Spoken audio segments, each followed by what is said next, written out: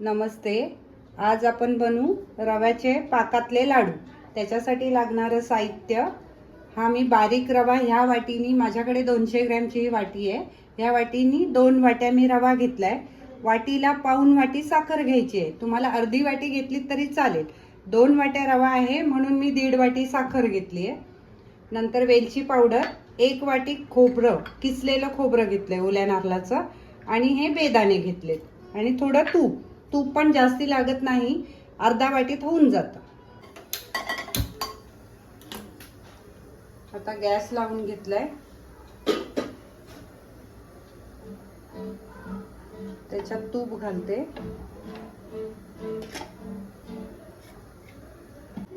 आता आपलं तूप चांगलं तापलेलं आहे, त्याच्यात मी हा रवा घालते. बारीक रवा घेतलेला आहे.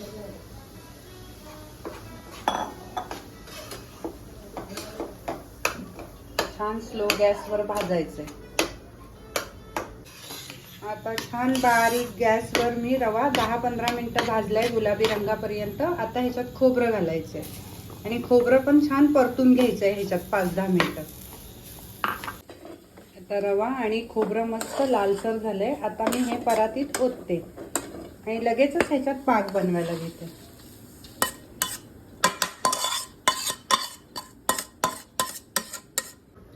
ह्याच्यात साखर घालते आणि साखर बुडेच इतकं पाणी घालायचं.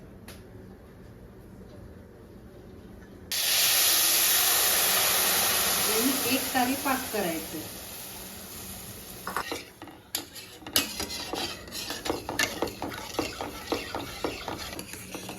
असं आपल्याला 1 तारी पाक करायचा आहे, फक्त 1 तारी. मेन हा 1 तारी पाक जमला का तुमचे लाडू परफेक्ट झाले. आपण जेव्हा कालत्यावर असं एक टोक्याने सोडणार ठेम पाकाचे, तेव्हा त्याला एक तार सुटायला पाहिजे मधली. हे बघा, नाही तर असं हातावर घेऊन असं बघायचं. अजून थोडं व्हायचं आहे. अशा प्रकारे आपला हे बघा एक तार सुटती आहे कालत्याला, म्हणजे आपला पाक रेडी झालाय. आता ह्याच्यात वेलची पावडर घालते आणि हा रवा भाजलेला त्याच्यात टाकते. आता आपण त्याच्यात रवा भाजलेला टाकायचा आणि हे झाकून ठेवायचे आणि गार झाला की त्याचे मस्त लाडू बनवायचे. 1 चमचा तूप घालते. असं मस्त मिक्स करून घ्यायचंय आणि हे झाकण मारून ठेवून द्यायचंय. आणि मस्त अर्ध्या 1 तासांनी 2 तासांनी गार झालं की आरामात लाडू बांधायचे.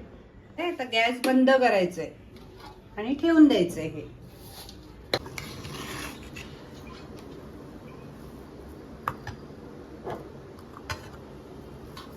हे अशा प्रकारे आपलं आता मिश्रण थंड झालंय. आता ह्याचे लाडू बांधून घेऊया. हे बघा, एक मनुका घेते. हे छान असे लाडू बांधून घे.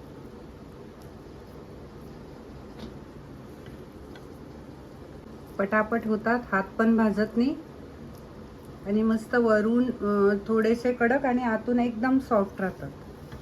तो पाक छान मुरलाय त्याच्यात.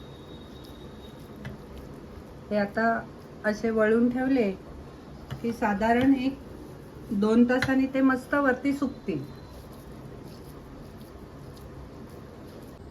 आता मी हे सगळे छान वळून घेते आणि मग ते सुके झाले की मी तुम्हाला परत दाखवते.